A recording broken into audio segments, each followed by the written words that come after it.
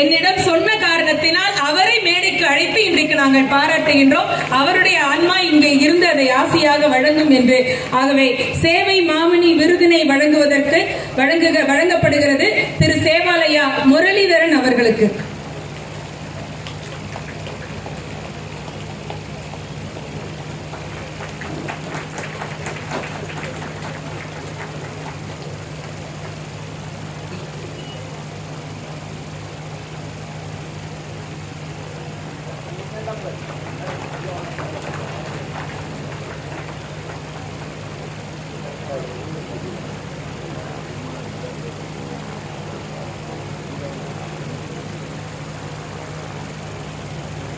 அடுத்ததாக வெளி மாவட்டத்திலிருந்து ஒருத்தரை கூப்பிட்டு பாராட்டுறோம், நம்ம ஊர்லயும் சேவை செய்யறாங்கல்ல, அவங்களுக்கு ஒரு மரியாதை பண்ணணும்ல அப்படின்னு எங்கள் கம்பன் கழகத்தினுடைய பொறுப்பாளர்கள் இருந்து வந்த ஒரு கருத்து. அந்த வகையில் இங்கே புதுக்கோட்டை பக்கத்திலே நம்முடைய மாவட்டத்தில் யார் சிறப்பாக சேவை செய்கிறார்கள் என்று ஒரு பட்டியல் எடுத்தால் நிரம்ப பேர் இருக்கிறார்கள். ஆனால் ஒருவருக்கு தானே ஒரு ஆண்டிலே கொடுக்க முடியும். இதுவே நாம 1+ தான் இன்னைக்கு கொடுக்கிறோம். அந்த வகையிலே மிகச்சிறப்பாக பல்வேறு சமூக சேவைகளை செய்து வரக்கூடிய ஒரு குழுவினர். அவங்கள்ட்ட எனக்கு பிடிச்ச ஒண்ணு என்னன்னா, அவர்கள் குழந்தைகளுக்கு இலவசமாக நிறைய செய்கிறார்கள். பள்ளி குழந்தைகளுக்கு கட்டணம் கட்டுகிறார்கள். கேட்பாரற்றி இருக்கக்கூடிய பிரேதங்களுக்கு கூட அவர்கள் ஈமக்கடனை அவ்வளவு அழகாக செய்கிறார்கள். இப்படி நிறைய சமூக சேவைகள் செய்து வருகின்றார்கள். ரத்த தானம் செய்து கொண்டிருக்கிறார்கள். ஒரு இளைஞர்கள் குழாமே அவர்கள் சேர்ந்து அங்கே அந்த சேவைகளை செய்து வருகிறார்கள். அதனுடைய நிறுவனராக விளங்கிய ஒருவர் வழக்கறிஞராக இருந்த திரு ஏஜி சரவணன் அவர்கள். அவர்களுடைய காலத்திற்கு பிறகுதான் இந்த குழுவினர்கள், அவர்களுடைய வழிகாட்டுதலின் காரணமாகத்தான் இந்த குழுவினர்கள் இப்பொழுது இயங்கி வருகிறார்கள். அவர்களுடைய சேவை பட்டியல் ஒரு பக்கம் இருக்கட்டும், நாங்கள் இந்த கம்பன் விழா அழைப்பதிலே ஏஜி சரவணன் வழக்கறிஞர் அறந்தாங்கி கராத்தே பிரதர்ஸ் சமூக நல அறக்கட்டளை என்று அச்சடித்து விட்டோம். அதில் அவருடைய தலைவர் அவர்கள் என்னிடம் கேட்டது, அம்மா அவர் நிறுவனர் தான், இல்லை என்று சொல்லவில்லை, எங்களுடைய குழுவிலே யாருக்கும் வேறுபாடே கிடையாது, எல்லோரும் ஒரு முகம்தான் என்று சொல்லி எங்களிடம் அதை அன்பாக சொன்னார். அந்த வகையிலே ஒற்றுமையோடு சேவை செய்து கொண்டிருக்கக்கூடிய கராத்தே பிரதர்ஸ் சமூக நல அறக்கட்டளையினுடைய தலைவர் மரியாதைக்குரிய திரு பாலசுப்ரமணியம் அவர்களும் அவருடைய குழுவினர், வாங்க மேல வாங்க. எனக்கு அதுவும் அவங்கள்ட்ட ரொம்ப பிடிச்சது. 10 பேர் இருக்கோம், நாங்க மேடைக்கு வந்து எல்லாரும் சேர்ந்து விருது வாங்கணும் அப்படின்னு சொன்னாங்க. இது எங்கள் செயலாளர் ஐயா சம்பத்குமார் அவர்கள் சொல்லிக் கொடுத்த பாடம். எங்களுக்கும் ஒரு முறை காரைக்குடி அழகப்பா பல்கலைக்கழகத்துல ஒரு விழாவில புதுக்கோட்டை கம்பன் கழகத்துக்கு ஒரு விருது கொடுத்தாங்க. நாங்க 16 பேரும் போயிருந்தோம் இங்க இருந்து. அவரை மட்டும் மேடைக்கு கூப்பிட்டாங்க. பல முறை அமைப்பாளர்கள் கூப்பிட்டோம், நான் மட்டும் வரமாட்டேன், 16 பேரோட தான் மேடைக்கு வருவேன்னு அடம் பண்ணி கீழே உட்காந்துட்டு. அந்த மாதிரி அவர்களும் 10 பேரும் மேடைக்கு வருகை தந்திருக்கிறார்கள். அவர்கள் நல்ல பலமா ஒரு கைத்தட்டல் கொடுக்கலாமே நம்ம எல்லாம்.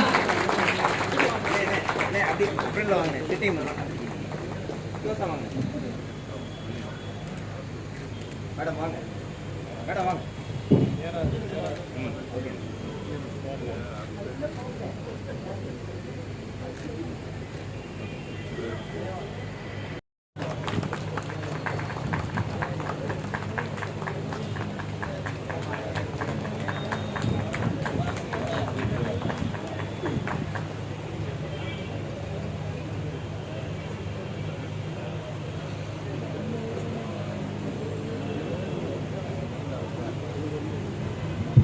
அடுத்ததாக எப்போதும் கம்பன் கழகத்தின் மீதும் எங்கள் எல்லோரின் மீதும் ஒரு சகோதர பாசத்தோடு நான் என்ன செய்ய வேண்டும் எனக்கு தெரிந்து விழாவிற்கான தேதி அறிவிப்பு பண்ணியதில் இருந்து தொடர்ந்து 2 நாட்களுக்கு ஒரு முறை எங்களை அழைத்து, எனக்கு ஏதாவது வேலை இருக்கிறதா, எனக்கு வேலை கொடுங்கள். அவர் ஒரு 100 பேருக்கு வேலை, 100கணக்கான பேருக்கு வேலை கொடுக்கிற முதலாளி. ஆனா எங்க கிட்ட எனக்கு என்ன வேலை என்று ஆர்வத்தோடு கேட்ட ஒருவர், மிகுந்த அன்போடும் பாசத்தோடும் எங்களை எப்பொழுதும் நினைக்கக்கூடிய மரியாதைக்குரிய நம்முடைய அறந்தாங்கி எஸ் காமராஜ் அவர்களுக்கு இப்பொழுது கம்பன் பணிவள்ளல் அவர் விருது வழங்கப்படுகிறது.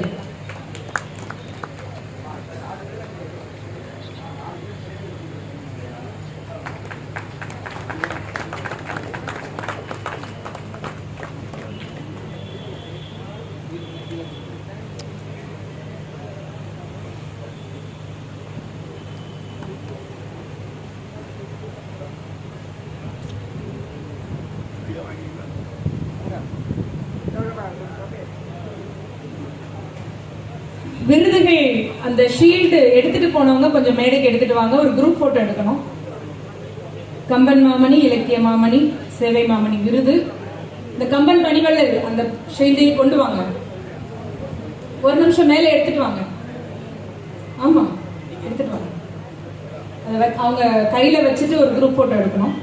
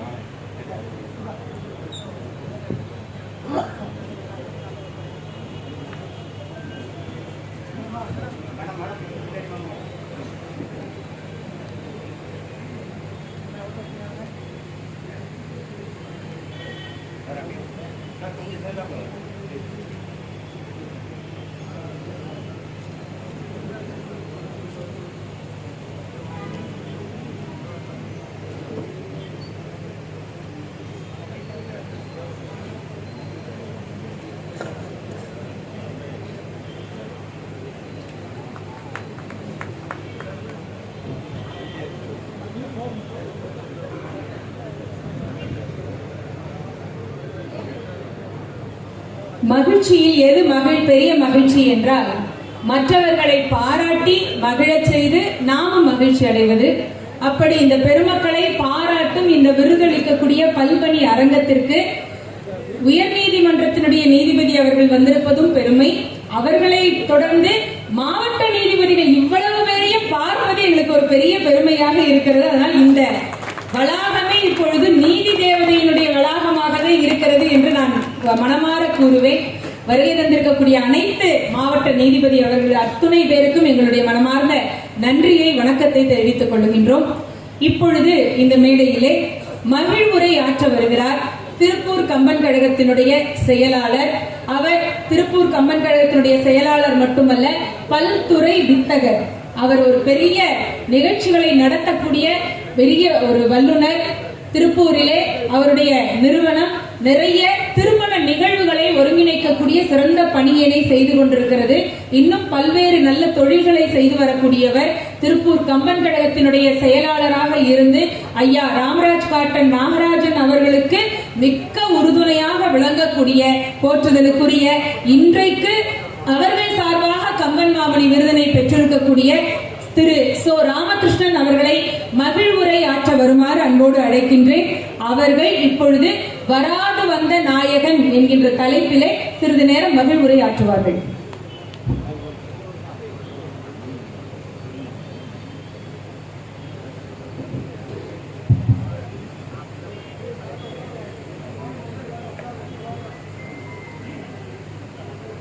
கைப்போது மலர்தூவி காதலித்து வானோர்கள் முப்போதும் முடிசாய்த்து தொழ நின்ற முதல்வனை அப்போது மலர்தூவி ஐம்புலன்கள் அகத்தடக்கி எப்போதும் இனியானை என் மனத்தே வைத்தேனே.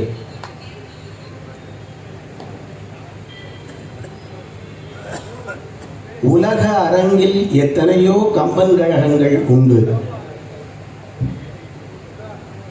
ஒவ்வொரு ஊர்களிலும் கம்பன் கழகங்கள் உண்டு.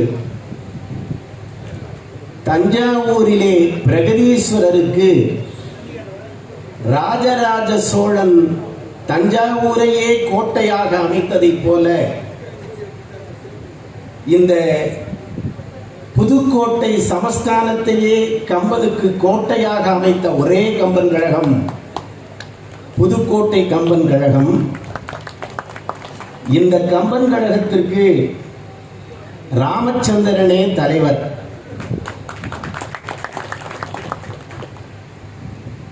இனிமையாக வரவேற்று கம்பன் கழகத்தினுடைய குடும்பம் என்ற வகையில் உரிமையோடு உபசரித்து இசைபட இந்த கம்பன் கழகத்தினுடைய செயலாளராக பரிந்து வருகின்ற பணிபுரிந்து வருகின்ற அருமை சகோதரி உள்ளிட்ட தங்கள் குடும்ப விழாவாக இந்த கம்பன் விழாவை நடத்துகிற புதுக்கோட்டை கம்பன் கழகத்தினுடைய நிர்வாக பெருமக்கள், மேடையிலே வீற்றிருக்கின்ற மாண்பகை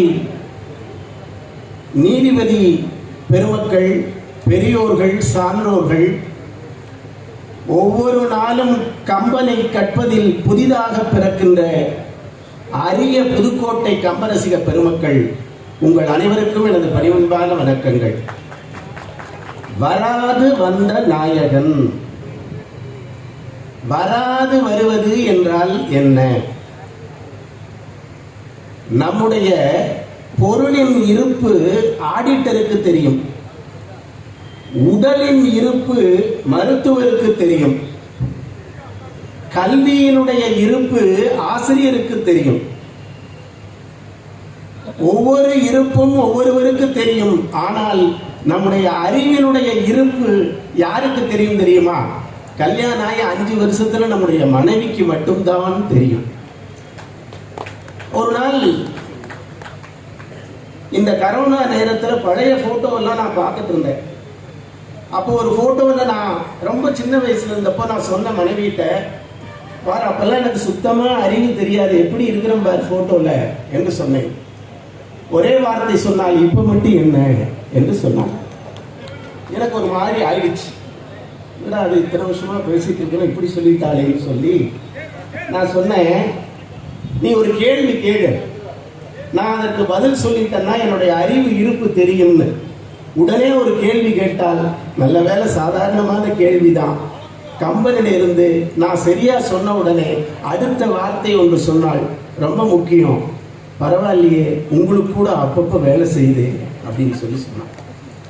அவள் இல்லை என்று, அவள் எனக்கு இல்லை என்று முடிவு செய்த ஒன்று அவள் அறியாமலேயே அதிசயமாய் வெளிப்பட்டது அல்லவா, அதுதான் வராது வருவது. விராடன் சொல்கிறான், இந்த உலகத்தில் 1000 பசுக்கள் இருந்தாலும் கூட ஒரு கன்றினை பார்த்து இது என்னுடைய கன்று என்று, 1000 கன்றுகள் இருந்தாலும் தாய் பசு கன்றினை அறிகிறது, தன் கன்றினை அறிகிறது. 1000 பசுக்கள் இருந்தாலும் கன்று தன் தாயை இனம் காணுகிறது. உலகத்திற்கெல்லாம் தாயாக இருக்கிற இறைவனை மாயையினால் இந்த உலகம் அறியாமையினால் கண்டுகொள்ளவில்லையே என்று சொல்லி ஒரு வாசகத்தை கம்பன் சொல்லுகிறான். இந்த உலகத்திற்கு யார் வருவதற்கு அரிது என்று நினைக்கிறார்களோ அவர்களுக்கு மிக எளிமையாக வருவதுதான் வராது வந்த நாயகன். இப்ப ராமனுக்கு அப்புறம் வருவோம். முதலில் கலையில், கவிதையில் வராது வந்த நாயகன் யார் தெரியுமா? கவிதையில் வராது வந்த நாயகன் யார் தெரியுமா? மனிதன் அறத்தோடு வாழ்வதற்கு திருக்குறளை வாசிக்க வேண்டும். சித்தமலம் அறிவித்து மனிதன் தெய்வமாக மாறுவதற்கு திருவாசகத்தை ஓத வேண்டும். ஆனால் மனித மனம் செம்மைப்பட்டு மனிதன் மனிதனாக வாழ்வதற்கு கம்பனை கேட்டு கற்றே ஆக வேண்டும். இந்த கம்பன் எதற்கு வராது வந்தான் தெரியுமா? தராதலத்தில் உள்ள தமிழ் குற்றம் எல்லாம் மறுக்கும் அறாம் ஆயிற்றே. உலகத்திலே தமிழ் கவிஞர்கள் செய்கிற குற்றமெல்லாம், தமிழ் குற்றமெல்லாம் நீக்குவதற்காகவே பிறந்தவன் தமிழுக்கு கதியான கம்பன். கம்பனை கற்றுக்கொண்டு கவி பாடுபவர்களால் இந்த உலகத்திற்கு அவர்களால் மட்டுமே தமிழ் குற்றம் இல்லாமல் வாழ முடியும். அதே போல இந்த மண்ணுலகத்திலே 12ஆம் நூற்றாண்டிலே கவி சக்கரவர்த்தி கம்பன் இந்த மண்ணிலே 21ஆம் நூற்றாண்டிலே கம்பனை வாழ வைக்க வேண்டும் என்பதற்காக வராமல் வந்து சென்றவர்தான் நம்முடைய காலம் சென்ற சம்பத்குமார் ஐயா அவர்கள்.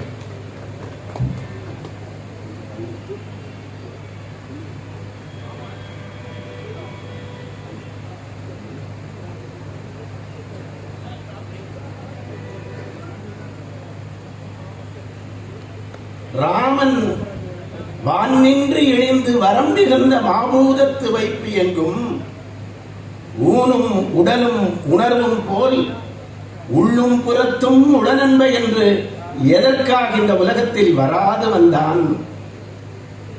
இந்த உலகத்திலே பிறந்திருக்கின்ற குழந்தைகள் முதல் கொண்டு வாழ்நாள் இறுதி வரை வீழாமல் வாழ வேண்டும் என்று சொன்னால் இரண்டை அடிப்படை பாடமாக கற்றுக்கொள்ள வேண்டும்.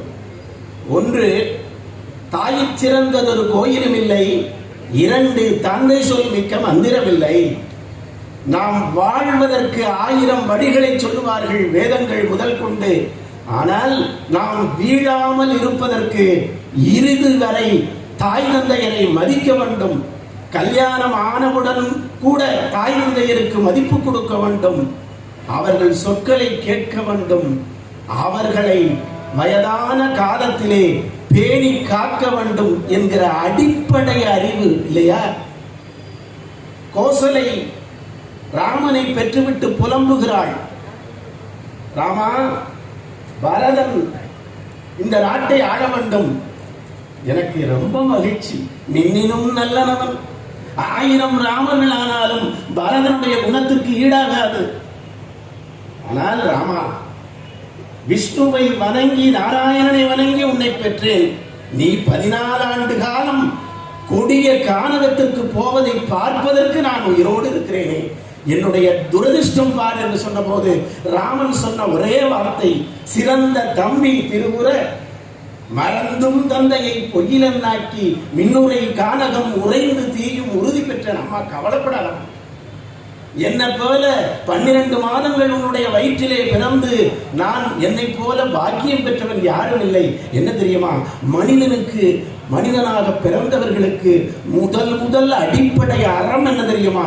தந்தையினுடைய வாக்கினை மறந்தும் பொய்யில்லாமல் செய்து வாழ்வதை காட்டிலும் எனக்கு ஏதாவது பேர் இருக்க முடியுமா? அப்ப தாய் தந்தையர் மேல் வைத்தால் வாழ்க்கையில் வீழ்ச்சி அடைய முடியாது என்பதை சொல்வதற்காக ராமன் வராது வந்த நாயகன். அடுத்தது சகோதரத்துவம். இந்த உலகத்தில் ஒருவன் எந்த சூழ்நிலையிலும் பலமுள்ளவனாக ஆகிறான் என்று சொன்னால் 2 விஷயங்களில் தான். ஒன்று, அண்ணன். தந்தைக்கு பின்னாலும் தந்தையை போலவே நம்மை காப்பாற்றுபவன் அண்ணன் ஒருவன் தான். இரண்டாவது, எத்தனை எதிர்ப்புகள் வந்தாலும் தம்பியுடையான் படைக்கு அஞ்சான். அண்ணன் தம்பியோடு சக உதிரத்திலே சேர்ந்து வாழ்பவர்கள் பெறுகிற அனுகூலத்தை இந்த உலகத்தில் சொர்க்கத்திலே கூட பெற முடியாது. அந்த அண்ணன் தம்பிகளுடைய உறவினை காப்பது எப்படி என்று ராமன் சொல்லி காட்டினான். 2 வரங்களை சொல்கிறார். ஒன்று, ராமன் 14 ஆண்டு காலம் காட்டுக்கு செல்ல வேண்டும் இல்லையா? அப்பொழுது கம்பர் அவனுடைய முகத்தினை சொன்னார், இப்பொழுது எம்மனோர்க்கு இயம்புவதற்கு எளிதே அரிதே என்று சொன்னார். அவன் 14 வருஷம் போகணும்னு சொன்ன உடனே ராமனுடைய முகம் எப்படி இருந்ததாம்? தாமரை மலரை போல இருந்ததாம். அடுத்த வரி ரொம்ப முக்கியம். இப்பொழுது எம்மனோர்க்கு இயம்புவதற்கு எளிதே அரிதே யாரும் செப்பரும் குணத்து ராமன் திருமுகச் செவி நோக்கில் ஒப்பதே முன்பு பின்பு அவ்வாசகம் உணர கேட்ட அப்பொழுதளர்ந்த செந்தாமரையை மலர்ந்ததம்மா. முதல்ல காட்டுக்கு போகணும்னு செந்தாமரை போல இருந்தது. அடுத்தது இன்னொரு வாசகம், தம்பியான பரதன் நாட்டை ஆள வேண்டும் என்ற போது அவனுடைய ராமனுடைய உணர்வு எப்படி இருந்தது? ராமன் சகோதரத்துவத்தை எப்படி புரிந்து கொண்டான்? ஒன்றை தெரிந்து கொள்ள வேண்டும். இந்த உலகத்தில் வெற்றியாளர்கள் என்பவர்கள், மிகப்பெரிய பலமுடையவர்கள் என்பவர்கள் எந்த ஒரு பொருளையும் எந்த ஒரு நபரையும் எடை போடக்கூடாது. அவர்களுடைய உள்ளத்தை புரிந்து கொள்ள வேண்டும். சான் பிரான்சிஸ்கோல இருந்து நியூயார்க்குக்கு ஒரு ஏர் பிளைட் கிளம்பியது, ஏர் பஸ் கிளம்பியது. எல்லாரும் உள்ளே வருகிறார்கள். அதுல எக்ஸிக்யூட்டிவ் கிளாஸ். அந்த எக்ஸிக்யூட்டிவ் கிளாஸ்ல அமெரிக்காவில் மிகப்பெரிய கனவான்கள் எல்லாம் வந்து அமர்கிறார்கள். அப்பொழுது ஒருவர் மட்டும் அந்த எக்ஸிக்யூட்டிவ் கிளாஸ்ல எந்த விதமான பகட்டு இல்லை, எந்த விதமான ஆடம்பரம் இல்லை, பந்தா இல்லை, வெறும் ஒரு கருப்பு டிஷர்ட் ஒரு பேண்ட் போட்டு அமர்ந்திருக்கிறார்கள். நம்முடைய நீதிபதி அவர்கள் எப்படி ஆண்டமைந்து அமர்ந்திருக்கிறார்கள் அதுபோல அவர்களும் அமர்ந்திருந்தார்கள். மிகப்பெரிய அந்த இடத்திலே ஏர் ஹாஸ்டஸ் ஜோசியா தாம்சன் என்பவர் எல்லாருக்கும் பண்ணி கொடுத்துருந்தது பார்த்துட்டு அங்கே 30 பேர் அமர்ந்திருந்ததை இவரை பார்த்து விட்டு ஆச்சரியம் அடைந்து விட்டார். என்ன ஒரு பந்தா எதுவுமே இல்லை, வெறும் மினரல் வாட்டரோட சரி. இப்படிதான் குடிச்சுட்டு உட்கார்ந்துட்டு இருந்தார். எதுவுமே கேட்கல. என்ன பண்றது என்ன பண்றது? அதிசயமா போச்சு. வரலாற்றுல இந்த எக்ஸிகியூட்டிவ் கிளாஸ்ல வெறும் தண்ணியை மட்டும் குடிச்சுட்டு உட்கார், எந்த பந்தாவும் இல்லை. முதல் முறை போய் அந்த போர்டிங் பாஸை செக் செய்தார். எக்ஸிகியூட்டிவ் கிளாஸ்ல எங்கேயுமே போர்டிங் பாஸ் செக் பண்ணவே கூடாது, அது ஒரு அவமானம். மீண்டும் ஒரு முறை போய் அந்த பெண்ணு அந்த எக்ஸிகியூட்டிவ் கிளாஸ்ல அவரை பார்த்து பண்ணார். அவர் இட்ஸ் ஓகே என்று சொல்லிவிட்டார். உள்ள போகிற போது அந்த பைலட் ஒரு இன்ஃபர்மேஷன் வருகிறது. இந்த A42 என்கிற சீட்டிலே அமர்ந்திருக்கிறவர் சாதாரண மனிதர் இல்லை அம்மா, அவர் சுந்தர் பிச்சை கூகுளினுடைய CEO என்று சொன்னார். பயத்து போய்விட்டது. கண்டிப்பா தண்டனை உண்டு. இவர்களை போய் செக் செய்துங்கிறது, அவங்களுடைய போர்டிங் பாஸை கண்காணிப்பது என்பது, மீண்டும் பரீட்சை செய்வது எவ்வளவு பெரிய தவறு. பெயர்த்து போய் காலில் விழுகாதவர்களா கெஞ்சினார். அப்ப சிரித்து கொண்டே சுந்தர் பிச்சை சொன்னார், இது ஒன்றும் எனக்கு பிரச்சனை இல்லை, ஒன்றை தெரிந்து கொள்ள வேண்டும். Our greatest power lies in not judging others but to understanding them. நம்முடைய வலிமை என்பது ஒவ்வொரு விஷயத்திலும் அறிவினால் மற்றவர்களை எடை போடுவது அல்ல, அவர்களுடைய உள்ளார்ந்தமான அன்பினையும் ஆற்றலையும் புரிந்து கொள்ள வேண்டும். புத்தகங்களை அட்டையினுடைய அழகை கொண்டு எடை போடாதீர்கள், உள்ளே இருக்கிற விஷயங்களை சொல்லி எடை போடுங்கள் என்று சொன்னார். சகோதரத்துவம் இன்றைக்கு எப்படியெல்லாம் இருக்கிறது என்று நீதிபதியை வைத்துக் கொண்டு நான் சொல்ல வேண்டியதில்லை. ஒரு காணி நிலத்திற்காக சகோதரர்கள் அடித்துக் கொண்டு வழக்குகள் பல்லெடும் காலமாக மாறிக்கொண்டிருக்கிறதே, என்ன காரணம்? ஒவ்வொருவருடைய உள்ளத்தையும் புரிந்து கொள்ள வேண்டும் என்று ராமன் சொன்னான். லக்ஷ்மணன், நம்முடைய பரதன் என்பவன் எப்படிப்பட்டவன் தெரியுமா? அவன் சாதாரணவன் அல்ல, குணவான், என்னையே நினைத்துக் கொண்டிருக்கின்றவன், சத்தியம் தவறாதவன், தியாகத்தால் உருவானவன். என்னை விட அயோத்தியை ஆழ்வதற்கு பரதன் தான் தகுதியானவன் என்பதை ராமன் உணர்ந்து கொண்டான். சகோதரத்துவத்தை நிலைநாட்டுவதற்காக வராது வந்த நாயகன். மூன்றாவது, ஒருவரை எப்படி அடையாளம் காண வேண்டும், எப்படி ஒருவரை அளக்க வேண்டும். எப்படி அளக்க வேண்டும்? இப்பெல்லாம் நம்ம பதவியினால, புகழ்னால, அதிகாரத்தினால, செல்வத்தினால, அந்தஸ்தினால, மொழியினால, வகுப்பினால, ஜாதியினால, மதத்தினால ஒவ்வொருவரையும் அளந்து கொண்டிருக்கிறோம். ஒருவரை எப்படி அளக்க வேண்டும் என்பதை ராமன் உருவாக்கி காட்டினான். அழகாக கனியமுதனார் சொன்னாரே, கல் பொருது இறங்கும் மல்ல பேரியாற்று நீர்வழிப்படுவோம் புனைபோலார் உயிர் முறைவழிப்படுவோம் என்பதை சான்றோர் காட்சியில் தெளிந்தனன். ஆதலின் மாட்சியின் பெரியோரை வியத்தலும் இளமே, சிறியோரை இகழ்ந்தல் அதனிலும் இளமே. பிறப்போக்கும் எல்லா உயிர்க்கும். அங்கே உட்கார்ந்திருக்கிறான், கொண்டு வருகிறான் எல்லா பொருள்களையும் குகன். அருகிலே ராமன் அமர்ந்திருக்கிற போது ரிஷிகள், யோகிகள், ஞானிகள், உயர்தரப்பிலே இருக்கின்ற அத்தனை பேரும் உட்கார்ந்திருக்கிறார்கள். கருத்த வேலியோடு உடை நாற்றத்தோடு வேடுவர் தலைவனாக கையிலே பழங்களை கொண்டு வந்தான், தேனை கொண்டு வந்தான். பரவாயில்லை, ராமனும் ரிஷிகளும் இருக்கிற இடத்திற்கு என்ன கொண்டு வந்தான்? மீனை கொண்டு வந்தான் சமைத்து. ராமன் என்ன சொன்னான் தெரியுமா? அரிய தாம் உவப்ப உள்ளத்து அன்பினால் அமைந்த காதல் தெரிதர கொணர்ந்தனன் என்றால் அமிழ்தினும் சீர்த்தான்றோ. பரிவினில் தழியது என்னின் எம்மனோர்க்கு பவித்திரம் உரியன யானும் இனிதில் உண்டோம் அல்லவா. அவர்களெல்லாம் வியக்கிற அளவுக்கு, முனிவர்களும் யோகிகளும் இருக்கிற அளவுக்கு இவனுடைய உள்ளத்தை பார்க்க வேண்டும். இவனுடைய உள்ளத்திலே என் மேல் அன்பினால் அமைந்த பக்தி அமைந்திருக்கின்றது என்ற வகையில் அந்த அன்பினால் அமைந்த பக்தியினால் அந்த குகனை தன்னுடைய முதல் தம்பியாக ஏற்றுக்கொண்டான் என்று சொன்னால், உலகத்தில் மனிதனை மனிதன் அன்பினால் அளக்க வேண்டும், அவர்களுடைய உள்ளத்து குணத்தினால் அளக்க வேண்டும். இது மூன்றாவது நிலை. நாலாவது, வாலி. வாலியை போல ஒரு பக்தன் இங்கே பார்க்க முடியாது. நாமெல்லாம் கேட்டது மறைந்து நின்று கொன்றது என்னன்னு தான் கம்பன் விழாவில் நிறைய கேட்டுட்டு இருக்கோம். ஆனால் வாலி ஒருவன் தான் முதலில் திவ்ய தேசத்திலே மங்களாசாசனம் பாடினார்களே, அங்கே இருக்கின்ற ஆழ்வார்கள் எல்லாம் முதலில் மங்களாசாசனம் பாடியது யார் தெரியுமா? வாலி ஒருத்தன் தாங்க. வாலி ஒருத்தன் தான். அங்கதன் அழுகிறான், அப்பாவை இப்படி மறைஞ்சிருந்து கொண்டுட்டாங்களேன்னு. அங்கதனை பார்த்து மங்களாசாசனம் பாடுகிறார். என்ன பாடுகிறார்? தோன்றலும் இரத்தல் தானும் துகளர துணிந்து நோக்கின் மூன்று உலகத்தினார்க்கும் மூலத்தால் முடிந்த அன்றே யான் செய்தவத்தால் எனக்கு இவ்விருதி வந்து இசைந்தது. யாருக்கும் சான்று என நின்ற வீரன் தாமே வந்து வீடு தந்தான். என்னடா கம்பன் கழக செயலாளர் பேசுறதோட பாடுறாங்களேன்னு நினைக்கப்படாது. ஒரு குரங்கு எப்படி பாடுன்னு பாடி காமிச்சு. அந்த வகையில் வாலியினுடைய மனோபாவம் பாருங்கள். ஒரு முதிர்ந்த பக்தன் என்பவன் யார் தெரியுமா?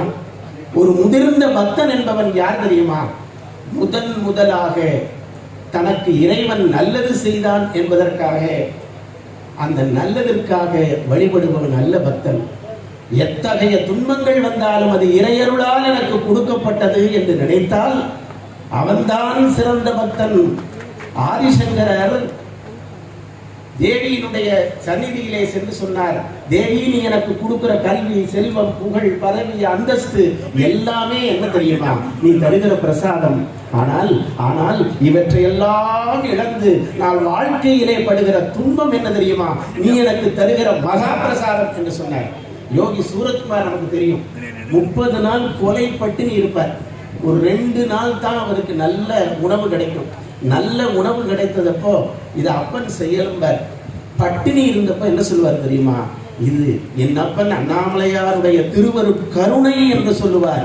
நன்றே வருகினும் தீதே விலகினும் நான் அறிவது ஒன்றேயுமில்லை என்று அவனுடைய அடியினை பற்றி கொண்டிருக்கின்ற முழுமையான முதிர்ந்த பக்தர்கள் இறைவன் துன்பம் தந்தாலும் கூட தான் அதற்கு அவன் நமக்கு நன்மையே தருகிறான் என்று நினைப்பதுதான்.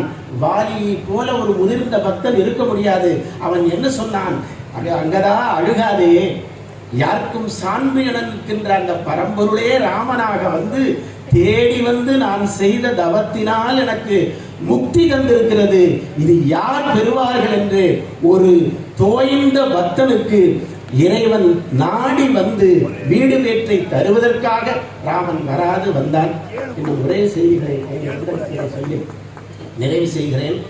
செயலாளர் அருகிலே வருகிற போதே அந்த எப்படி பெருந்தெய்வமானால் தெரியுமா? ராமன் அனுமனுக்கு தன்னையே கொடுத்தான். சீதை என்ன கொடுத்தால் தெரியுமா? பாலியன் தடந்தோல் வீர துணையிலேன் பரிவிதி இருத்த வாழிய வல்லலை யான் மருவினா மனத்தேனின் ஊழியோர் பகராய் போதும் ஆண்டலாம் உலகம் ஏழும் ஏழும் நீமுற்ற சான்றும் இன்று என இருத்தி என்றாள். தொண்டு செய்பவன், ராமநாமத்தை சொல்பவன், இந்த உலகத்தில் அறத்தை பயன்படுத்துகின்றவன், அறத்தோடு வாழ்பவன், ராமநாமத்தை கொண்டு உலகத்திற்கெல்லாம் தொண்டு செய்கின்ற இருக்கின்றவன். ராமன் விண்ணுலகத்திற்கு சென்ற பிறகு அங்கேயே ராமநாமத்தை சொல்லி போய்விடப் போகிறான் என்று சொல்லி வராது வந்த நாயகி அந்த அனுமனுக்கு என்ன கொடுத்தால் தெரியுமா? இந்த மண்ணுலகத்திலே எத்தனை யுகங்களும் ஆண்டுகளும் அழிந்தாலும் இன்று என சிரஞ்சீவியாய் இந்த யுகத்திலே இருக்க வேண்டும் என்று வராது வந்த நாயகி தொண்டு செய்பவர்களை சிரஞ்சீவி ஆக்குவாள் என்ற வகையில் இந்த வராது வந்த நாயகனும் நாயகியினுடைய திருவருளினால் இந்த புதுக்கோட்டை கம்பன் கழகம் மென்மேலும் மென்மேலும் சிரஞ்சீவியாய் சூரிய சந்திரன் உள்ளவரை கம்பன் படி செய்ய வேண்டும் என்று சொல்லி வாய்ப்புக்கு நன்றி பாராட்டுகிறேன்.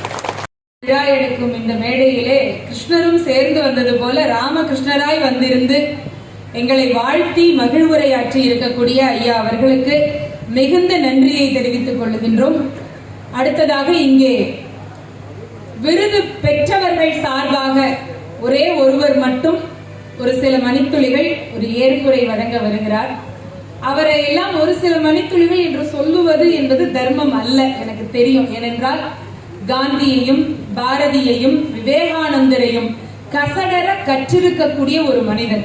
TCS நிறுவனத்தில் ஒரு பெரிய அதிகாரி என்று இருந்த அவர் தன்னை முழுமையாக சேவையிலே ஈடுபடுத்திக் கொண்டிருக்கக்கூடியவர், நிறைய கற்றிருக்கக்கூடியவர். இன்னும் சொல்ல போனால் எட்டயபுரத்திலே பாரதியினுடைய அந்த வீட்டிலே, அந்த நினைவு மண்டபத்திலே நிறைய கைங்கரியங்கள் தொண்டு செய்திருப்பவர். பாரதியாரை எல்லாரும் கொண்டாடுவார்கள், ஆனால் பாரதியை கொண்டாடும் அளவிற்கு செல்லம்மாளையும் சேர்த்து கொண்டாடும் மனிதர் அவர். கடையத்திலே செல்லம்மாள் பாரதிக்கென்று ஒரு திருவுருவ சிலையையே நிறுவி சமூகத்திலே பாரதிக்கும் செல்லம்மாளுக்கும் திருக்கல்யாணம் செய்து வைத்தார். நம்ம ஊர்ல மீனாட்சி திருக்கல்யாணம் பண்ணுவோம் இல்லையா, அப்படி பாரதிக்கும் செல்லம்மாளுக்கும் திருக்கல்யாணம் செய்து வைத்திருக்கக்கூடிய அன்பர். பாரதியார் மீதும் விவேகானந்தர் மீதும் பற்றாக இருக்கக்கூடிய, இன்றைக்கு சேவை மாமணி விருது பெற்று சிறந்திருக்கும் சேவாலயாவினுடைய வி முரளிதரன் அவர்களை ஏற்புரை வழங்க வருமாறு அன்று பாராட்டி அழைக்கிறேன்.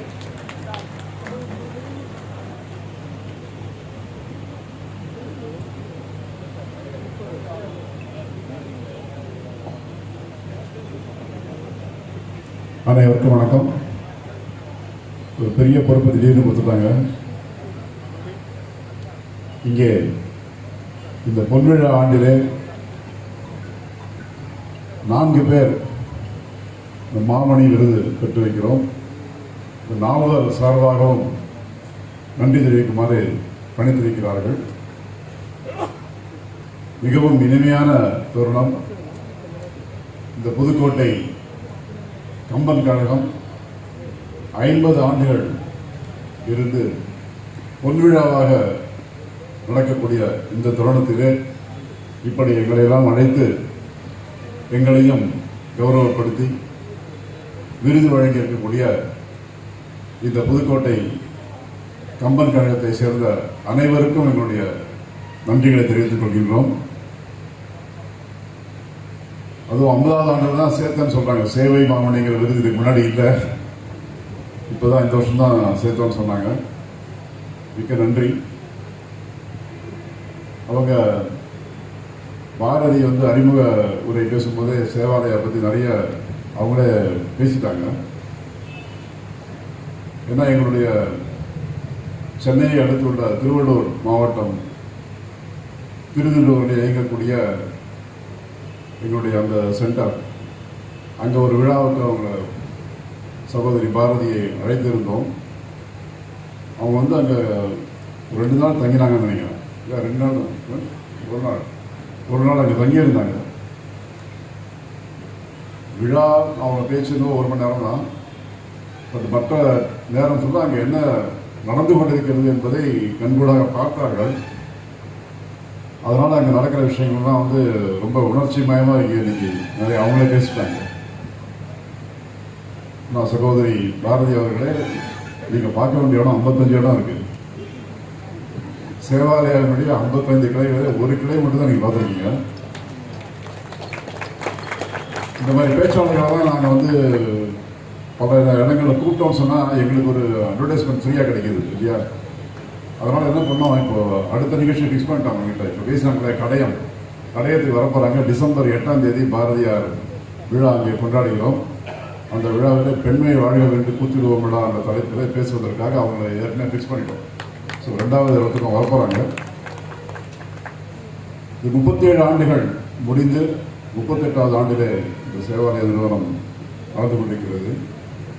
55 கிளைகள் தென்னிந்தியா முழுக்க, ஒரு 7 ஸ்டேட்ஸ், 7 மாநிலம், இதில் 580 கிராமங்களில் வேலை செஞ்சுட்டு இருக்கோம். 37 ஆண்டுகளில் கிட்டத்தட்ட 16 லட்சம் பயனாளிகளை போய் சேர்ந்து அடைந்திருக்கிறோம். 16 லட்சம் பேருடைய வாழ்க்கையிலே ஒரு மாற்றத்தை கொண்டு வந்திருக்கிறோம். நீதியரசர் இருப்பதால நீதித்துறையோடு இருக்கக்கூடிய சம்பந்தத்தை கொஞ்சம் நான் சொல்லி ஆகணும். திருவள்ளூர் கோர்ட்டில் இருக்கக்கூடிய ஜுவனைல் ஜஸ்டிஸ் கோர்ட், அந்த கோர்ட்லேருந்து அங்கே வரக்கூடிய கேசஸ் உங்களுக்கு தெரியும். நிறைய அட்வொகேட்ஸ் இருக்கீங்க. சட்டப்படி 18 வயசு வரைக்கும் குழந்தை இல்லையா, 18 வயசு வரைக்கும் அவங்களுக்கு ஒன்றும் தெரியாதுன்னு சட்டம் நம்புகிறது. ஐயோ பாவம், நடக்கிற விஷயங்கள்லாம் பார்த்தா தெரியும் நமக்கு 18 வயசு கீழே. ஆனால் நீங்கள் என்னென்ன விதமான குற்றங்கள் இருக்குன்னு உங்களுடைய சட்ட புத்தகத்தை சொல்லியிருக்கீங்களோ எல்லாத்தையும் பண்ணியிருப்பாங்க. அவங்கெல்லாம் நிற்பாங்க எங்கள் கோர்ட்டில். திருவள்ளூர் மாவட்டத்தை பொறுத்த வரைக்கும் ஜூனியர் ஜஸ்டிஸ் ஹோம் அரசாங்கம் என்ன காரணத்தினாலும் அவங்க அதை நிறுவவில்லை. இல்லை, கவர்மெண்ட் ஹோம் கிடையாது. அதனால் அவங்க சேவாலயாவை ட்ரீட் பண்ணுறாங்க. ஜூனியர் ஜஸ்டிஸ் ஹோமாக ட்ரீட் பண்ணாங்க. அதுக்கு ஒன்றும் கிராண்ட்லாம் கொடுக்க மாட்டாங்க, வேலை மட்டும் கொடுத்துருவாங்க. ஜூனியர் ஜஸ்டிஸ் கோர்ட்டில் கேஸ் வந்ததுன்னு சொன்னாக்கா அந்த பையனையோ பொண்ணையோ வந்து கோர்ட்டு சேவாலயான்னு ஒரு ஆர்டர் போட்டு எங்ககிட்ட அனுப்பிச்சிடுவாங்க. இது ஒரு 17 வயசு மேலே இருக்கும்.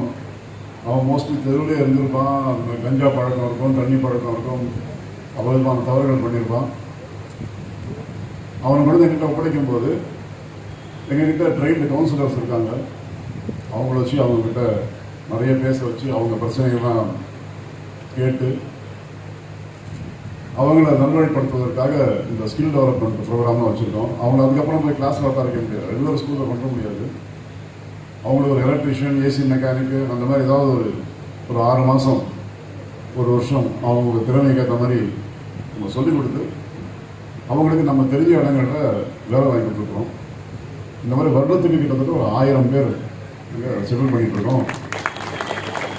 இதில் நாங்கள் உண்மையை சொல்லணும்னா ஒரு 50% தான் சக்ஸஸ் அவ்வளோதான் சொல்ல முடியும். ஆனால் இந்த மாதிரி வேலைகள் 50% சக்ஸஸ்ங்கிறதே ஒரு பெரிய நம்பர் தான். ஆனால் பாக்கி பேர் நம்ம என்ன தான் கவுன்சிலிங் கொடுத்து என்ன தான் வேலை வாங்கி கொடுத்து என்ன தான் பண்ணாருன்னு அதுக்கப்புறம் அவன் திருப்பி இன்னொரு தப்பு பண்ணுவான், எங்கேயாவது போயிடுவான். பிரச்சனை அவன் 18 டேஸ் மேலே ஆகிடுச்சு சொன்னாக்கா உள்ளே போயிடுவான். அதுதான் ப்ராப்ளம். அதனால் அந்த முயற்சி நிறைய எடுத்துகிட்டு இருக்கோம். அந்த ஜூனியர் ஜஸ்டிஸ் சைடில் நிறைய எடுத்துகிட்டு இருக்கோம். அதே மாதிரி திருவள்ளூர் டிஸ்ட்ரிக்ட் ஜட்ஜி கேட்டுக்கொண்டது தெரியல, திருவள்ளூர் சேவாலயாவில் இந்த ஃப்ரீ லீகல் எய்ட்ஸ் அதை வச்சுருக்கோம். ஒரு சனிக்கிழமையும் திருவள்ளூர் கோர்ட்லேருந்து லாயர்ஸ் வருவாங்க. வந்து கிராம மக்கள் அங்கே இருக்கிற கிராமத்தில் அவங்களுக்கு சட்ட ஆலோசனைகள் ஏதாவது தேவைப்பட்டதுன்னா இலவசமாக அதை செய்வார்கள். அதையுமே செய்து கொண்டிருக்கிறோம். இதுக்கெல்லாம் நீதித்துறையிலேருந்து பதிலுக்கு எதாவது செய்கிறாங்களா அப்படின்னா ஏஜிஓடின்னு ஒன்று இருக்குது, மெட்ராஸ் ஹைகோர்ட்டில் இருக்குது. அவங்க மூலமாக வருஷம் சேவாலயா பள்ளியிலே ஃபஸ்ட்டு ரேங்க் வரக்கூடிய ஒரு பையன், ஃபஸ்ட் ரேங்க் வரக்கூடிய ஒரு பொண்ணு, 2 பேருக்கும் ஆளுக்கு 50,000 ரூபா மேல் படிப்புக்காக ஏஜிஓட்டிலேருந்து வருஷம் கொடுத்துட்ருக்காங்க.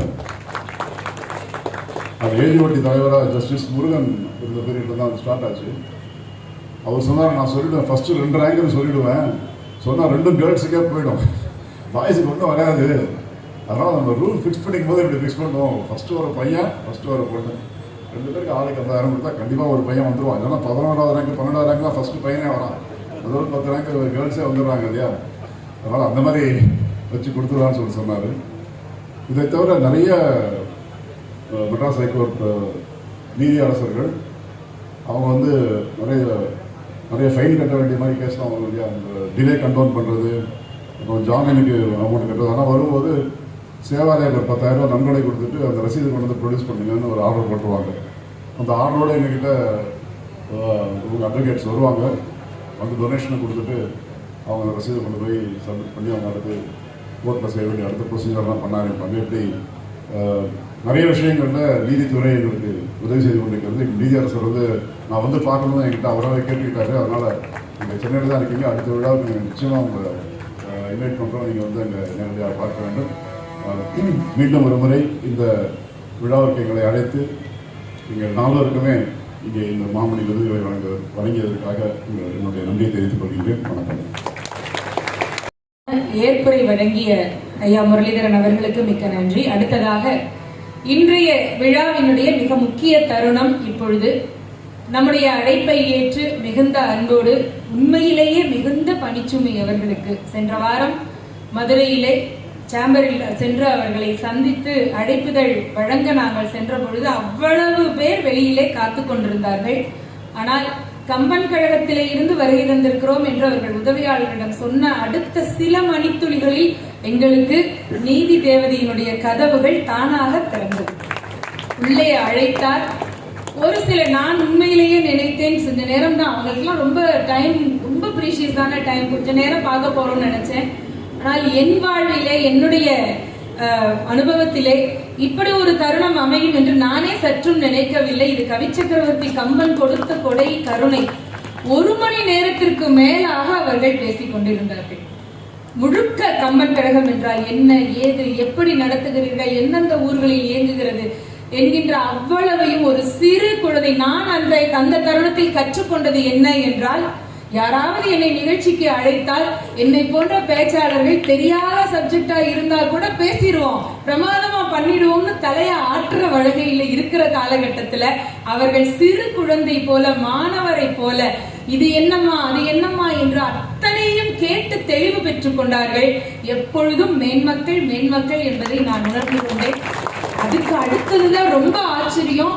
கவிச்சக்கரவர்த்தி கம்பன் பிறந்த தேரெழுந்தூரிலே ஒரு 3 ஆண்டுகளுக்கு முன்பு, 90 ஆண்டுகளுக்கு முன்பு அங்கே ராமாயண விழா நடைபெற்றது.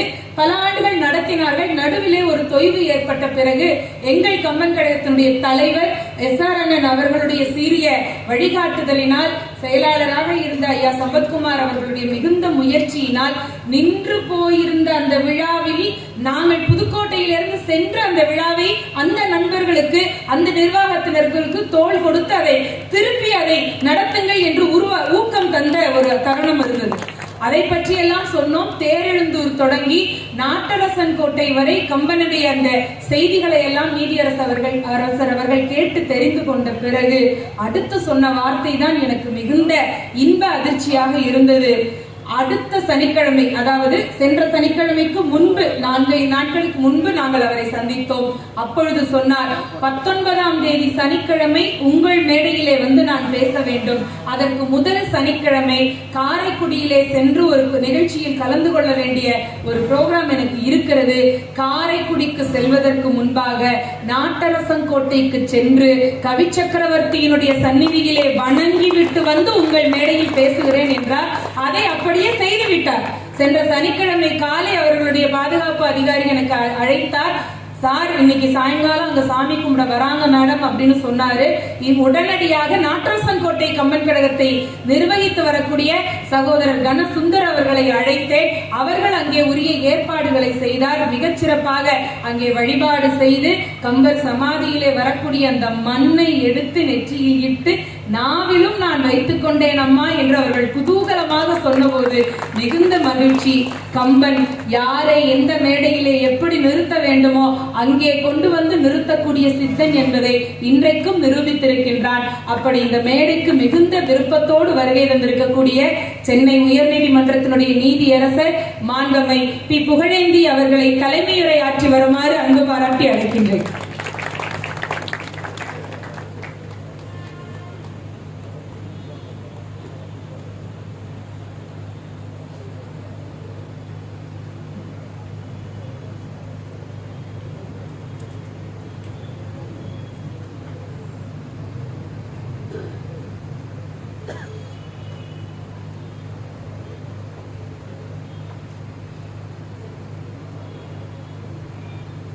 அனைவருக்கும் என் முதல் மாலை வணக்கம்.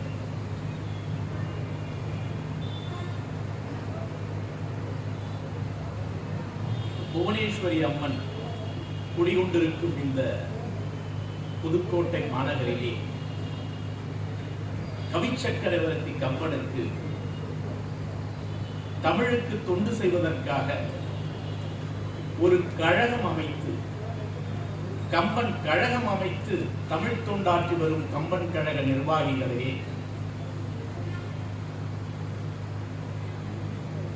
தமிழ் தொண்டை 50 ஆண்டுகள் எந்தவித தொய்வின்றும் நடத்தி வரும் கம்பன் கழக நிர்வாகிகளுக்கு எனது பாராட்டுக்கள், எனது வணக்கம்.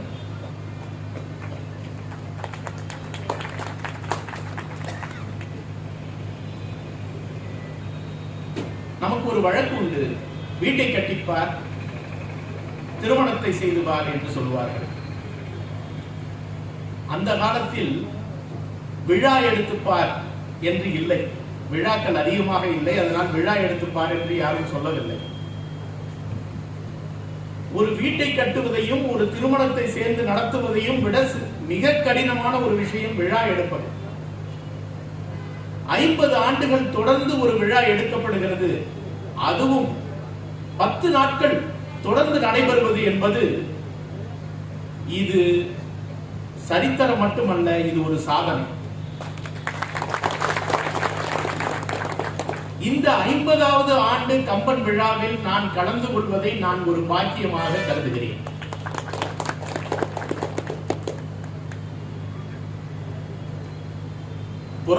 இல்லாமல் இந்த விழா இல்லை. ஆனால் புதுக்கோட்டையில் இருக்கும் புரவலர்கள் இந்த விழாவுக்கு இந்த வருடம் நான் பணம் தருகிறேன் என்று அல்லாமல் ஒவ்வொரு புரவலரும் ஒரு கார்பஸ் ஃபண்ட் அமைத்து ஒரு தொகை முழு தொகையை கொடுத்து ஒவ்வொரு ஆண்டும் தொடர்ந்து நடைபெற வேண்டும் என்று ஆசைப்படுகிறார்கள். அப்படிப்பட்ட புரவலர்கள் இந்த புதுக்கோட்டை மண்ணில் இந்த கம்பன் கழகத்திற்கு கிடைத்திருப்பதனால் தான் இந்த கம்பன் கழகம் இத்தனை ஆண்டுகள் தொடர்ந்து நடத்தி கொண்டிருக்கிறது என்று நினைக்கிறேன். இங்கு கம்பன் மாமணி விருது வாங்கி உள்ள சேவை மாமணி, கம்பன் மாமணி ஆகிய விருதுகளை வாங்கியிருக்கிறார்கள். ஐயா மாமணி முரளிதரன் அவர்கள் 50 இடங்களில் சேவாய் நிலையம் அமைத்துக் கொண்டிருக்கிறார், நடத்தி செயல்பட்டு கொண்டிருக்கிறார் என்று தெரிந்து கொண்டேன். ஒரு இடத்தில் சேவா நிலையம் நடத்துவதே மிகப்பெரிய கடினமான ஒரு விஷயம். 50 இடங்களில் அவர் சேவா நிலையம் நடத்துகிறார் என்றால் அரசாங்கத்தை விட மிகச் சிறப்பாக செயல்பட்டு வரும் முரளிதரன் ஐயா அவர்களுக்கு பாராட்டுகள்.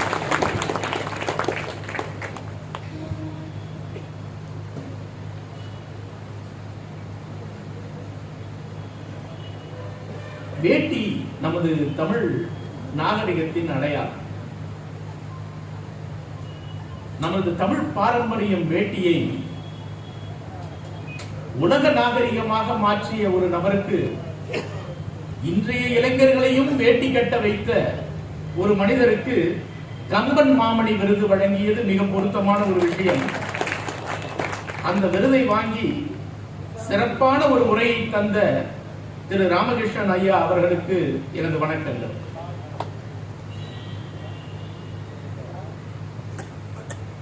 புரவலர் திரு ராமச்சந்திரன் அவர்களுக்கும் எனது பாராட்டுக்கள். நீதிபதிகள் இந்த விழாவிற்கு வந்திருக்கிறார்கள். இந்த விழாவில் நான் கலந்து கொள்வது ஒரு விபத்து. நீதியரசர் உங்கள் மண்ணின் மைந்தர் சுரேஷ்குமார் அவர்கள் இந்த விழாவில் சில தவிர்க்க முடியாத காரணங்களால் கலந்து கொள்ள முடியவில்லை. அவர் என்னை 2 வாரங்களுக்கு முன்பு அழைத்து, நீ கம்பன் விழாவில் ஜூலை 19ஆம் தேதி பேச வேண்டும் என்று சொன்னார். நான் முதலில் மறுத்தேன். நான் கம்பன் விழாவுக்கு மழைக்கு கூட ஒதுங்காதவன். அண்ணா, இது கம்பன் விழா, இலக்கிய விழா. என்னை இந்த விழாவில் நான் பேசும் அளவுக்கு எனக்கு தகுதி இல்லை அண்ணா, என்னை விட்டுவிடுங்கள், நான் வரவில்லை என்று சொன்னேன். அவர் ஒரு மறுவார்த்தை பேசாமல், உன்னால் பேச முடியும், நீ பேசு என்று சொல்லிவிட்டு வைத்து விட்டார். போனை, தொலைபேசியை வைத்து விட்டார். சகோதரி அவர்கள் சொன்னது போல் 2 வாரத்திற்கு முன்பு சகோதரி என்னை பத்திரிகையுடன் வந்து நேரில் சந்தித்தார். பத்திரிகையை வாங்கி பார்த்தேன். பத்திரிகையில் சொல்வேந்தர் சுகிசிவம், சொல்லரசி பாரதி பாஸ்கர், கம்பன் மாமணி இலங்கை ஜெயராஜ், புலவர் ராமலிங்கம் அவர்கள், பர்லின் சுல்தானா, ஞான சம்பந்தன், இப்படி பெரிய தமிழ் அறிஞர்கள் பேசுகிறார்கள் என்று போட்டிருந்தது. மீண்டும் எனக்கு பயம் வந்துவிட்டது. அவர்கள் பேசும் இடத்தில் நான் பேசுவது சரியாக இருக்காதே அம்மா, என்னை இப்படி மாட்டி விட்டு விட்டீர்களே என்று சொன்னேன். கம்பனின் பெருமையே, கம்பன் எதை சொன்னாலும் அதை சுருக்க சொல்வான், அழகாக சொல்வான். உதாரணத்துக்கு, கம்பன் சீதையை சென்று கண்டபோது, சீதையை தேடி சென்று கண்டுவிட்டு திரும்பி வந்து ராமனிடம் சொன்னபோது, கண்டினன் கற்பு கனியலை கண்களால் என்று ஒரே வார்த்தையில் அவன் அவ்வளவு அழகாக சொல்லிவிட்டான். ராமன் சீதை எங்கிருக்கிறாள் என்று அவனுக்கு தெரியாது, எப்படி இருக்கிறாள் என்று தெரியாது, அவள் கற்போடு இருக்கிறாளா என்று தெரியாது. ஆனால் அனைத்தையும் அவன் ராமன் எதிர்பார்த்த அனைத்தையும் அவளை கண்டேன், என் கண்களால் கண்டேன், அவள் கற்புக்கு அணிந்தவளாய் அவள் இருக்கிறாள் என்ற வார்த்தையை அவன் ராமன் எதிர்பார்க்காத பொழுதே அவன் சொல்லிய அந்த ஒரு வார்த்தை தான், இந்த சொல் சுவைதான் கம்பன். அந்த சுவைதான் இன்றும் கம்பராமாயணத்தை நிலைநிறுத்தி வைத்திருக்கிறது. கம்பன் கழக நிர்வாகிகள் அல்லவா இவர்கள் எனக்கு சொன்ன ஆறுதல், இது கம்பனின் சித்தம் என்று சொன்னார்கள்.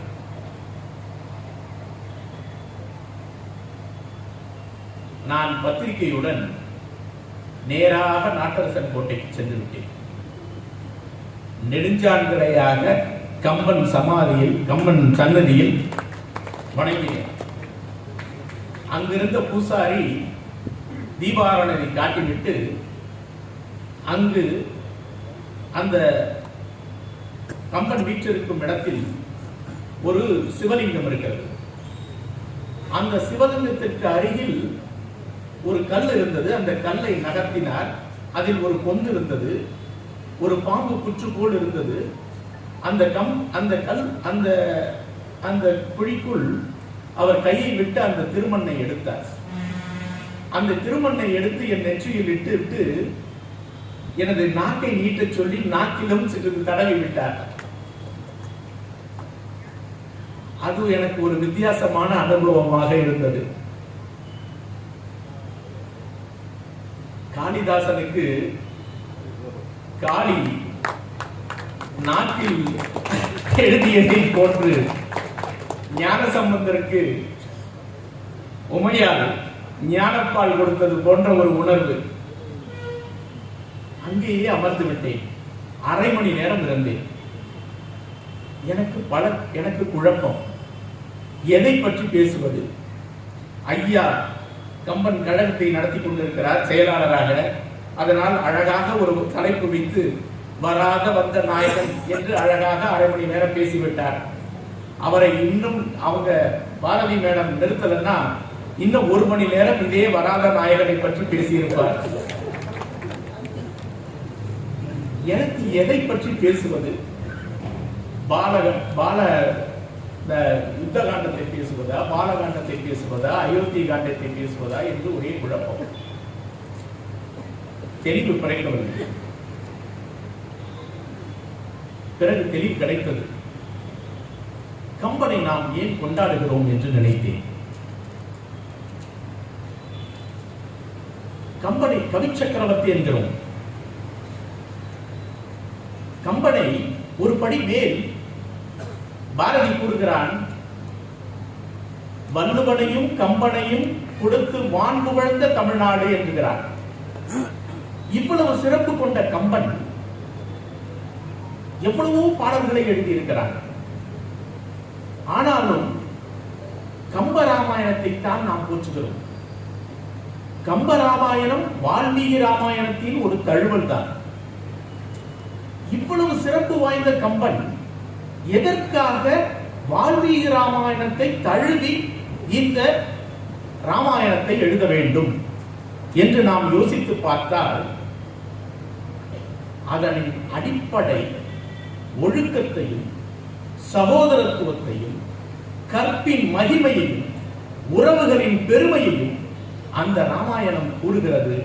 அதனால்தான் அது இன்றும் நிலைத்து நிற்கிறது. கம்ப ராமாயணம் வால்மீகி ராமாயணத்திலிருந்து சிறிது மாறுபட்டது. நமது தமிழர் பண்பாடோடு இயந்து எழுதப்பட்டது. அதனால்தான் நமது ஒழுக்க நெறிமுறைகள் அடிப்படை தனிமனித ஒழுக்கம். தந்தை சொல் மிக்க மந்திரம் இல்லை. ஐயா அவர்கள் சொன்னார்கள், ராமன் வனவாசம் செல் என்று சொன்ன போதும் மலர்ந்த தாமரை போல் இருந்தான் என்று சொன்னார்கள். அவன் மலர்ந்த தாமரை போல இருந்த அன்றளந்த மலர் போல் இருந்தான். மலர் போல் இருந்தான் என்று கூறினால் அது கவிஞன். அன்று மலர்ந்த மலர் போல் இருக்கிறது இருந்தான் என்று சொன்னால் அதுதான் கம்பன்.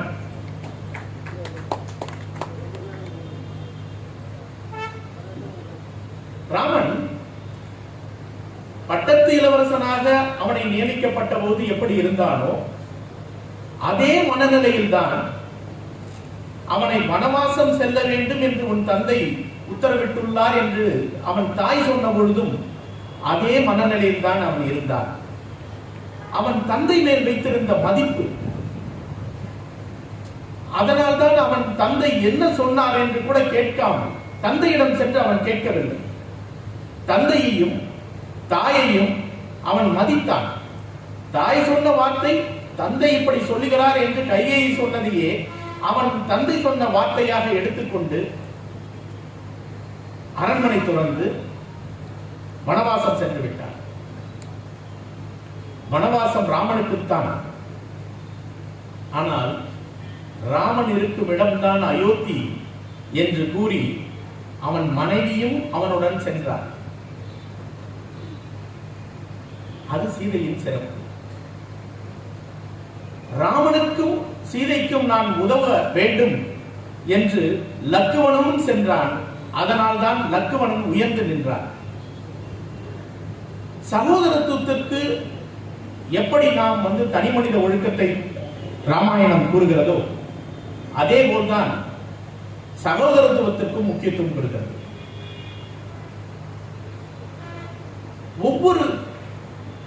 ஒவ்வொரு கதாபாத்திரங்களுமே ஒவ்வொரு ஒழுக்க நெறியை ராமாயணத்தில் நமக்கு கொடுக்கும். நாம் முக்கிய கதாபாத்திரமான ராமனை எடுத்துக்கொண்டாலே, ராமன் தந்தை சொல் மிக்க மந்திரமில்லை என்று வாழ்ந்தார். இன்றும் ஒரு அரசியல் தலைவர் தந்தை சொல் மிக்க மந்திரமில்லை என்று சொல்லி பார்க்கிறார். ஆனால் கேட்பார்தான் யாரும் இல்லை. நான் ஒன்று விதிவிலக்கல்ல, நீங்களும் பல பேர் விதிவிலக்கல்ல. நாம் சிறிது படித்து விட்டால் நாம் பெற்றோர் சொல்வதை நாம் இன்று கேட்பதில்லை. உனக்கு என்ன தெரியும், உங்களுக்கு என்ன தெரியும் என்றுதான் கூறுகிறோம்.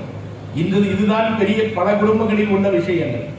ஆனால் எந்த விதமும் யோசிக்காமல் தந்தை சொல்லிவிட்டார் என்ற ஒரே காரணத்திற்காக 14 ஆண்டுகள் வனவாசம் இருந்த ராமன் ஒரு மகன் எப்படி நடந்து கொள்ள வேண்டும், தந்தையின் வார்த்தைக்கு எப்படி மதிப்பளிக்க வேண்டும் என்ற ஒரு தத்துவத்தை நம்மளுக்கு போதிக்கிறது. தந்தை சொல் கேட்டு கெட்டு போனவன் யாரும் இல்லை. ராமன் வனவாசம் சென்றிருக்கலாம், ஆனால் காலத்தால் அழிக்க முடியாமல் நிற்கிறார். ஒரு உதாரண புருஷனாக நிற்கிறான். அதுதான் தந்தை சொல் மிக்க மந்திரமில்லை என்று அவன் கேட்டதனால்தான். சகோதரத்துவம், நாம் சகோதரத்துவத்தை எடுத்துக்கொண்டால் லக்ஷ்மணன், பரதன், சத்ருகன், ஏன் ராமனுமே கூட, ராமன் பரதனுக்கு சிம்மாசனம் என்று சொன்னாலும் மறுவார்த்தை பேசாமல் தாய் தந்தை சொன்னார் என்று சென்று விட்டார்.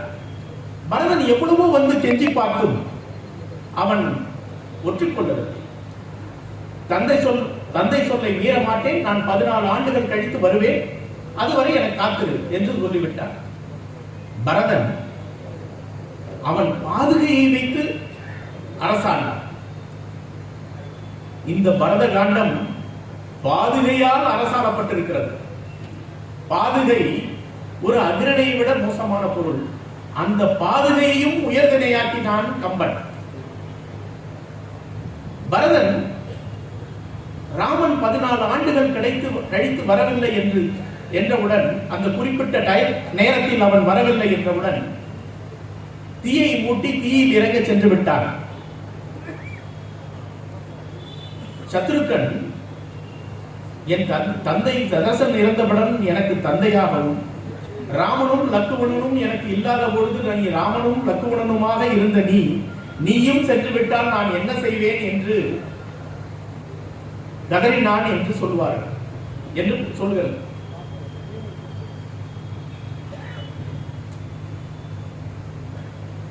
சத்ருக்கன் தன் சகோதரன் பரதனை தந்தையாகவும் அண்ணனாகவும் பார்த்ததனால்தான் அவன் உயர்ந்து நிற்கிறான். பரதன் தனக்கு கிடைத்த அந்த அரசாட்சியை தன் தமையன் சார்பாக நடத்தி தன் தமையனுக்காக அதை துறந்ததனால்தான் பரதன் உயர்ந்து நிற்கிறான். வனவாசம் இல்லை தனக்கு இல்லாத போதும் ராமனுக்காக வனவாசம் சென்று இலக்குவனை பற்றி சொல்வார்கள். ராமனும் சீதையும் காட்டில் உறங்கும் போது கண் துயிராமல் இலக்குவன் பாதுகாத்தான் என்று சொல்வார்கள். தூங்காமல் கூட தன் தகவலனை அப்படி பார்த்துக் கொண்ட இலக்குவனன் இன்று உயர்ந்து நிற்கிறார். இந்த சகோதரத்துவத்திற்கு இவர்கள் நால்வரே போதும். இன்று ஐயா அவர்கள் சொன்னது போல் 4 அடி நிலத்திற்கல்ல 1 அடி நிலத்திற்கே இந்த சண்டைகள் நடக்கின்றன. நீதிமன்றங்களில் 10% வழக்குகளாவது பாகப்பிரிவினை வழக்குகளாக இருக்கிறது. நாம் இந்த சகோதரர்களை பார்த்து நாம் சகோதரத்துவத்தின் முக்கியத்துவத்தை நாம் உணர்ந்து கொண்டால் பாதி பிரச்சனைகளுக்கு தீர்வு கிடைக்கும். அடுத்தது ராமன். ராமன் ஏகபத்தினி விரதன். அவன் தந்தை தசரதனுக்கு 1000 மனைவிகள் உண்டு என்று சொல்கிறார்கள். 1000 மனைவிகளை கொண்ட ஒரு அரசனின் மகனாக பிறந்த ராமன் தன் மனைவியை தவிர வேறு யாரையும் தன் மனதாலும் நினையாமல் இருந்திருக்கிறார். ராமனின் சீதையை ராவணன் கவர்ந்து கொண்டு சென்ற போது சீதைக்கு என்ன ஆனது என்று ராமனுக்கு தெரியாது. அவள் உயிரோடு இருக்கிறாளா என்று தெரியாது. அவள் கற்போடு இருப்பாளா என்று தெரியாது. ஆனால் அவன் நம்பினான். சீதை கற்போடு இருப்பாள் என்று நம்பினான். அவளை தேடி சென்றான். அவளை தேடி சென்று அவளை மீட்டெடுத்தான். அந்த அவனுடைய நம்பிக்கை, சீதை அவன் மேல் வைத்திருந்த நம்பிக்கை, இதுதான் கற்பு. கற்பு என்பது கணவனுக்கும் மனைவிக்கும் உள்ள ஒரு புனிதமான பந்தம். கற்பு என்பது நம்பிக்கை, கணவனும் மனைவிக்கும் உள்ள நம்பிக்கை. இப்படி ஒருவருக்கு ஒருவர் நம்பி அவர்கள் இருந்ததனால்தான் அவர்கள் காவிய புருஷர்களாக இன்றிருக்கிறார்கள். சீதை அசோகவனத்தில் இருந்த போதும் ராவணன் மிகப்பெரிய மன்னன். அவனால் எதுவும் செய்திருக்க முடியும். ஆனாலும் அந்த இடத்திலும் சீதை தன் கற்பை காற்றுக்கொண்டார். ஒரு பெண் எங்கிருந்தாலும் எந்த சூழ்நிலையில் இருந்தாலும் அவள் தன் கற்பை காப்பாற்றிக் கொள்ள முடியும் என்பதற்கு சீதை ஒரு உதாரணம். கற்பு என்பது பெண்களுக்கு மட்டுமானதல்ல, ஆண்களுக்கும் ஆனது என்றது உரைப்பதுதான் கம்பராமாயணம். ராமன் ஏகபத்தினி விரதனாக இருந்தால், சீதை எந்த இடத்திலும் தன் கற்பை இழக்காமல் இருந்தாள். அவள் கற்புக்கரசியாக இருந்ததனால்தான் அவள் தன் கற்பை நிரூபிக்க தீயில் இறங்கிய போது தீயும் அவளை சுடவில்லை. தீ புனிதமானது என்று கூறுவார்கள். தீயில் போட்ட எந்த பொருளும் அது புனிதமாகிவிடும், தீ கலக்கப்படாது. அப்படிப்பட்ட தீயே சீதையை தீண்ட அஞ்சியது. அதே தீ கற்புக்கரசியின் உத்தரவிற்காக மதுரை மாநகரத்தையே எரித்தது. இதுதான் கற்பின் பலம்.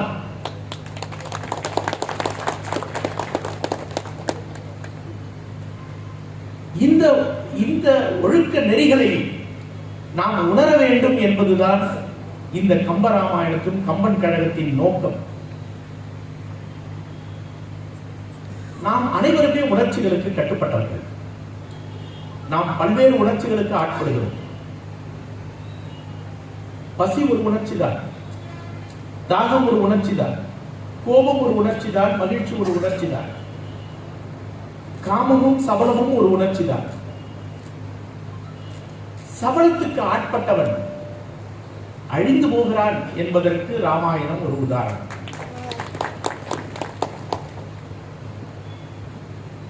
பிறன்மனை நோக்கினால் அடுத்தவன் மனைவி என்று தெரிந்த போதும் சீதையின் மேல் சபலப்பட்டான் ராவணன். ராவணன் சிவபக்தன், பெரிய அறிவாளி, மருத்துவத்தில் கைதேர்ந்தவன், மன்னன், இலங்கை போன்ற ஒரு பெரிய நல்ல தேசத்திற்கு ஒரு மன்னன், பல்வேறு தவங்களை செய்து பிரம்மாவிடம் பல வரங்களை பெற்றவன், இந்திரஜித் போன்ற புதல்வர்களை கொண்டவன், விடீனன், கும்பகர்ணன் போன்ற நல்ல சகோதரர்களை கொண்டவன். இவ்வளவும் இருந்து அவன் தன் சபலத்தால் தன்னை இழந்தான், தன் பெருமை இழந்தான், தன் பிள்ளைகளை இழந்தான், தன் சகோதரர்களை இழந்தான், தன் குலத்தையே இழந்தான். தான் இழக்கிறோம் என்பது கூட அறிய முடியாத அறிவையும் இழந்தான் ராவணன்.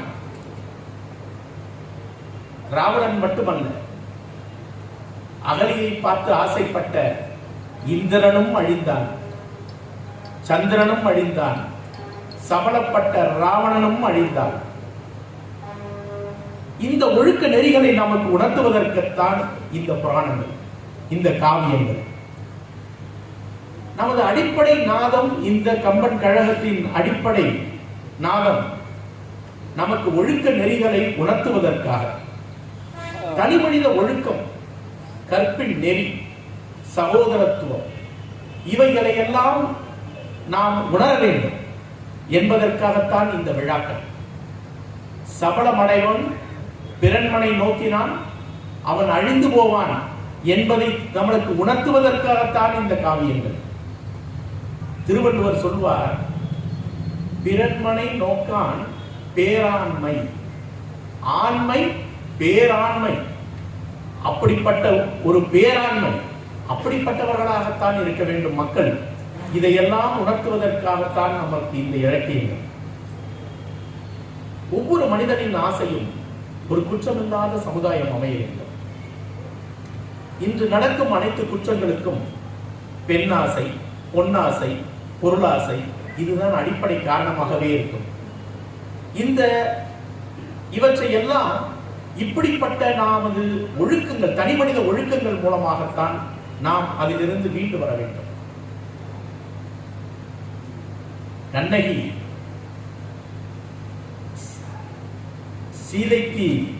சீதையை கண்டு விலகிய நெருப்பு கண்ணகியின் கட்டளைக்கு கட்டுப்பட்ட தீ பரவ வேண்டும். கற்பின் தீ பரவ வேண்டும். தமிழகம் எங்கும் பரவ வேண்டும். தர்மம் தலைக்க வேண்டும். தமிழகம் வளர வேண்டும். இந்த வாய்ப்புக்கு எனக்கு வாய்ப்பளித்த உங்கள் அனைவருக்கும் நன்றி.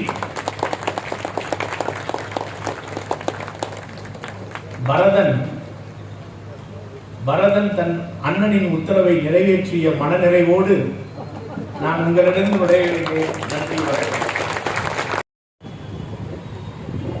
ஒரு நிமிடம் மட்டும் கொஞ்சம் இருங்க.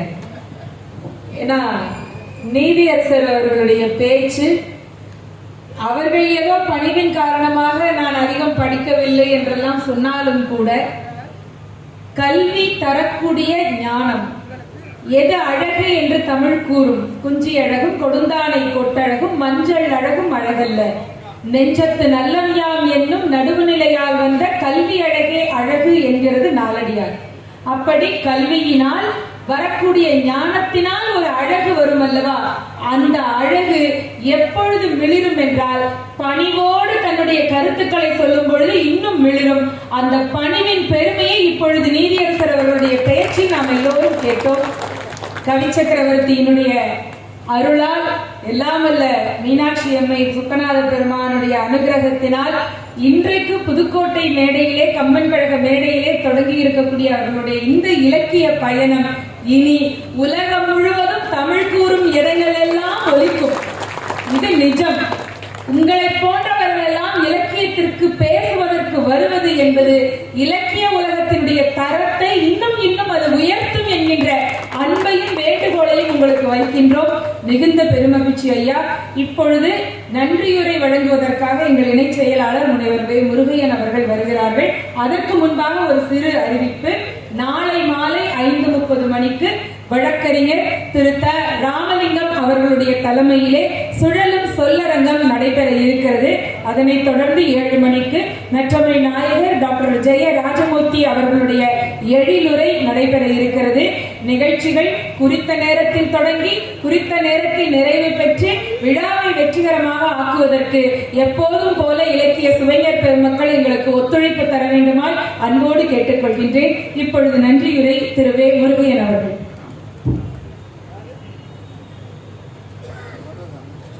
கம்பன் பெருவிழாவின் 2ஆம் நாள் பல்பணி அரங்கத்தினுடைய தலைமையேற்று எங்களை வழிநடத்திக் கொண்டிருக்கக்கூடிய கம்பன் கழகத்தினுடைய தலைவர் திருப்பணிச்செம்மல், நாடு போற்றும் நல்லுள்ளத்துக்கு சொந்தக்காரர் ஐயா எஸ். ராமச்சந்திரன் அவர்களுக்கு தலைவணங்கி இந்த நன்றி உரையை தொடங்குகிறேன். இந்நிகழ்ச்சிக்கு வரவேற்புரையாற்றிய கம்பன் கழகத்தினுடைய துணைத் தலைவர் எம். முருகப்பன் அவர்களுக்கு கம்பன் கழகத்தின் சார்பாக மனமார்ந்த நன்றியை தெரிவித்துக் கொள்கிறோம். தலைமையேற்று விழா பேருரையாற்றிய சென்னை உயர்நீதிமன்ற நீதியரசர் மாண்புமை பி. புகழேந்தி ஐயா அவர்களுக்கு கம்பன் கழக சார்பாக மனமார்ந்த நன்றியை தெரிவித்துக் கொள்கிறோம்.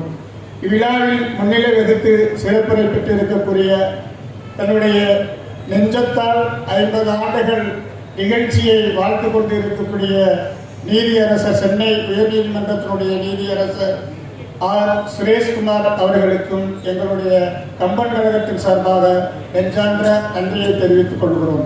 கம்பன் மாமனை விருது பெற்ற ராம்ராஜ் காட்டும் திரு நாகராஜன் தலைவர் கம்பன் கழகம் திருப்பூர் அவர்களுக்கும் கம்பன் கழக சார்பாக மனமார்ந்த நன்றியை தெரிவித்துக் கொள்கிறோம். இவ்விழாவில் இலக்கிய மாமணி விருது பெற்ற கலை மாமணி முனைவர் மருத்துவர் சு. நரேந்திரன் அவர்களுக்கும் கம்பன் கழக சார்பாக மனமார்ந்த நன்றியை தெரிவித்துக் கொள்கிறோம். இவ்விழாவில் சேவை மாமணி விருது பெறுதல் சேவாலய திரு டி. முரளிதரன் அவர்களுக்கும் கம்பன் கழக சார்பாக மனமார்ந்த நன்றியை தெரிவித்துக் கொள்கிறோம். இவ்விழாவில் கம்பன் சேவை மாமணி விருது பெற்றிருக்கக்கூடிய வழக்கறிஞர் ஏ.சி. சரவணன் நிறுவனர் கராத்தா பிரதேச சமூக நலக்கட்டளை தலைவர் அவர்களுக்கும் கம்பன் கழக சார்பாக மனமார்ந்த நன்றியை தெரிவித்துக் கொள்கிறோம். கம்பன் பணிவள்ளல் விருது பெற்ற திரு ந.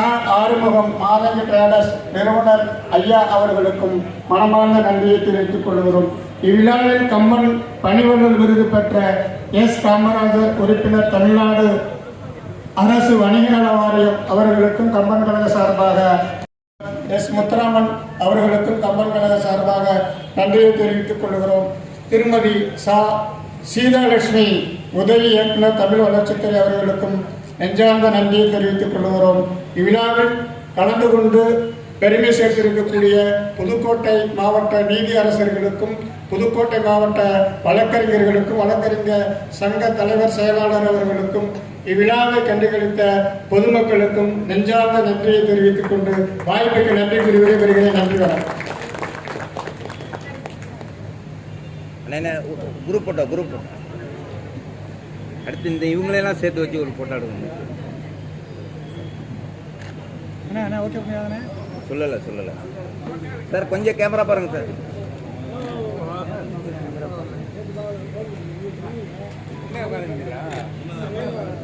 அண்ணே எடுத்துட்டியா? ஓகேண்ணா. ஓகேயா? ஓகே.